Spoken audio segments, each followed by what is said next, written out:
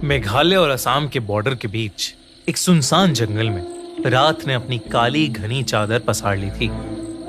चारों तरफ अंधेरा ही अंधेरा था। दूर दूर तक कोई दिखाई नहीं दे रहा था, ना किसी की आवाज आ रही थी। उस रात हिरेन अकेले उस घने जंगल को पार करने में लगा था।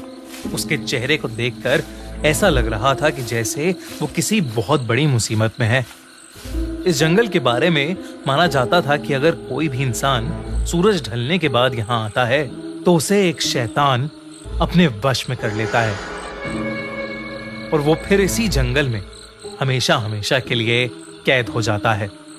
हिरेन को ये बात पता थी, लेकिन वो फिर भी रुक नहीं रहा था और बस आगे बढ़े जा रहा था।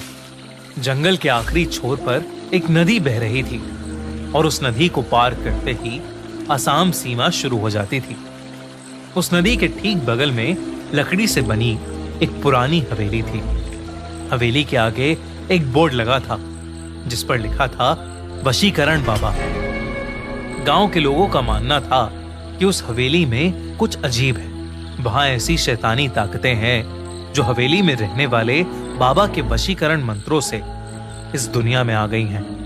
32 साल का हिरेन अब उस हवेली के ठीक सामने खड़ा था और जोर जोर से हाफ रहा था। उस हवेली के दरवाजे पर एक बड़ा सा चौकोर निशान बना था, ठीक वैसे ही जैसे किसी तंत्र मंत्र की किताबों में होता है। हिरेन ने हिम्मत जुटाई और दरवाजा खोला। अंदर उसने देखा कि एक बेहद अजीब सा दिखने वाला बाबा कुछ हड्डियों की पूजा कर रहा है। बाबा की नजर तुरंत हिरेन पर गई और वो जोर जोर से बड़े ही डरावने अंदाज में मंत्र पढ़ने लगा। हिरेन बाबा को देखकर घबरा गया था, लेकिन वो जिस मकसद से बाबा के पास आया था उसे पूरा किए बगैर वो कहीं नहीं जा सकता था। आज से 2 दिन पहले हिरेन की शादी को 5 साल होने आए थे। वो अपनी बीवी प्रिया से बहुत प्यार करता था, लेकिन कुछ दिनों से प्रिया के बदले बिहेवियर के कारण हिरेन को प्रिया पर शक होने लगा था। उसे लगने लगा कि प्रिया का किसी और लड़के के साथ चक्कर चल रहा है, जिसे लेकर दोनों के बीच काफी लड़ाई हो गई और आखिर में बात डिवोर्स तक पहुंच गई और प्रिया उसे छोड़कर अपने एक दोस्त के घर रहने चली गई थी। हिरेन प्रिया पर शक करते करते पागल हो गया था। उसके दिमाग से प्रिया का ख्याल निकल ही नहीं रहा था। सोते जागते हर पल वो बस प्रिया के बारे में सोचता रहता। एक दिन जब वो बस से ट्रैवल कर रहा था तो उसकी नजर सीट के ऊपर लगे एक स्टिकर पर गई जिस पर लिखा था सिर्फ 1 घंटे में खोए हुए प्यार को वापस पाएं, और इसी के साथ नीचे एक पता भी लिखा था। हिरेन अब उसी पते पर पहुंच चुका था, वशीकरण बाबा के पास। बाबा के मंत्रों की आवाज अब धीमी हो गई थी और अंदर एक गहरा सन्नाटा था। बाबा ने बिना हिरेन की तरफ देखे उससे उसके आने का कारण पूछा। हिरेन ने उस अजीब से दिखने वाले बाबा को सब कुछ बता दिया। बाबा ने हिरेन की बातें सुनकर एक हल्की सी मुस्कुराहट के साथ उसे एक लाल वस्त्र दिया और कहा कि इसे धारण करके रोज रात 12 बजे प्रिया की फोटो को देखते हुए हिरेन को यह मंत्र पढ़ना है। और धीरे से हिरेन के कान में उस बाबा ने एक मंत्र कहा। इस मंत्र को कहने के बाद वो बाबा फिर से अपनी पूजा में लग गया। हिरेन ने बाबा को पैसे देने के लिए अपने हाथ आगे बढ़ाए, लेकिन उस बाबा ने कोई भी पैसे लेने से इनकार कर दिया। हिरेन वापस जंगल के रास्ते जाने लगा। वो इस बात पर ताज्जुब कर ही रहा था कि अचानक उसे ऐसा लगा कि जैसे कोई उसके पीछे पीछे चल रहा है।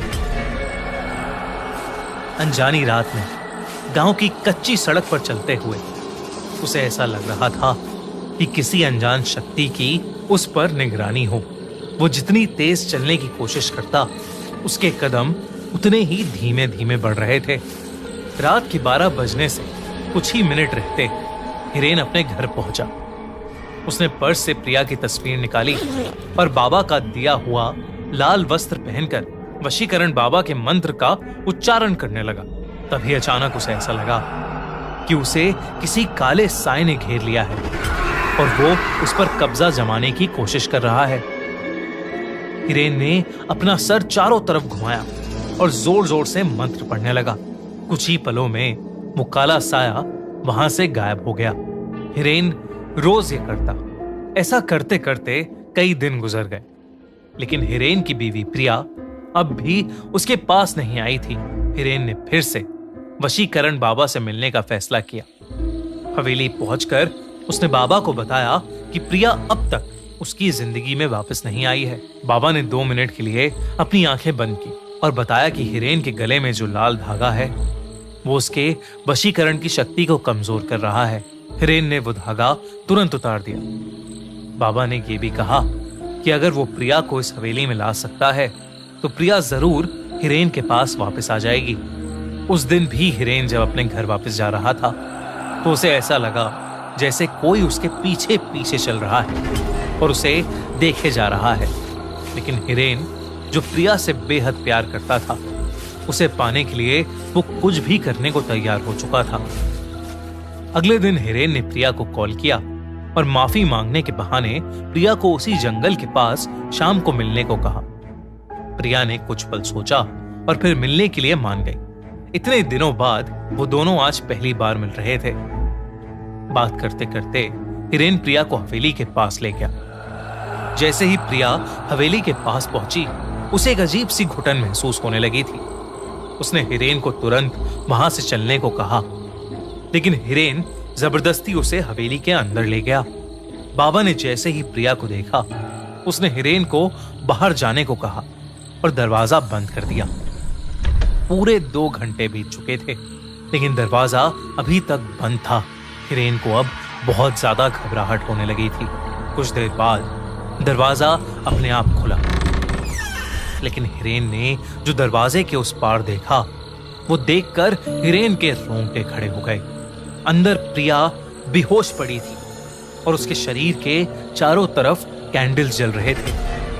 वो बाबा प्रिया की बॉडी पर तरह तरह के निशान बना रहा था, लेकिन रोंगटे खड़े कर देने वाली बात यह थी कि प्रिया के पास एक बहुत ही भयानक सा काला साया मंडरा रहा था। बाबा ने हिरेन को कहा कि अब प्रिया वही करेगी जो हिरेन उसे बोलेगा, लेकिन इसके बदले उसे इस काले साए की सारी ख्वाहिशें पूरी करनी होंगी। हिरेन को कुछ समझ नहीं आ रहा था। उसने प्रिया को वहां से चलने के लिए कहा तो प्रिया एक कठपुतली की तरह उठकर खड़ी हो गई। वो एक जिंदा लाश से ज्यादा और कुछ नहीं थी। हिरेन प्रिया की ऐसी हालत देखकर पूरी तरह दहल गया था। उसने बाबा से गुस्से में कहा कि वो प्रिया को पहले जैसा बना दे, लेकिन तभी उस काले साए ने हिरेन को पीछे से धक्का दे दिया और वो काला साया उसी बाबा में समा गया। अब उस बाबा का रूप एक भयानक आत्मा में बदलने लगा था। उस बाबा के चेहरे का रंग नीला पड़ गया और आंखें बिल्कुल सफेद हो गईं और वो जोर जोर से हंसने लगा। उस बाबा ने अपने भयानक रूप में बोला कि वो कोई मामूली इंसान नहीं है, बल्कि वो एक शैतान का साया है जो इस जंगल में न जाने कब से कैद था और उसने प्रिया की आत्मा चुरा के अपने आप को आजाद कर लिया है और हिरेन को हमेशा के लिए अपना गुलाम बना लिया है। ये सब सुनकर हिरेन वहां से फौरन भागा, पर वो उस जंगल से निकल ही नहीं पा रहा था। वो जहां से निकलता कुछ देर बाद वापस उस हवेली के ही ठीक सामने आ जाता।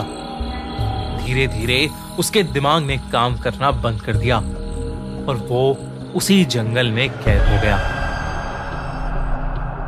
1.5 महीने बाद उसी जंगल में पुलिस को 2 सड़ी हुई लाशें मिली। वो लाशें किसी और की नहीं, बल्कि हिरेन और प्रिया की ही थीं।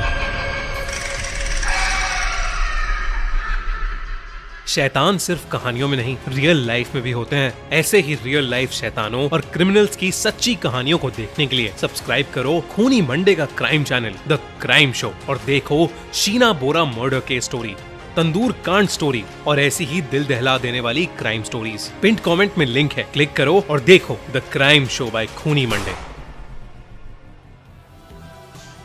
अगर आपको ये वीडियो अच्छी लगी तो हमारा चैनल खूनी मंडे सब्सक्राइब करना बिल्कुल मत भूलना।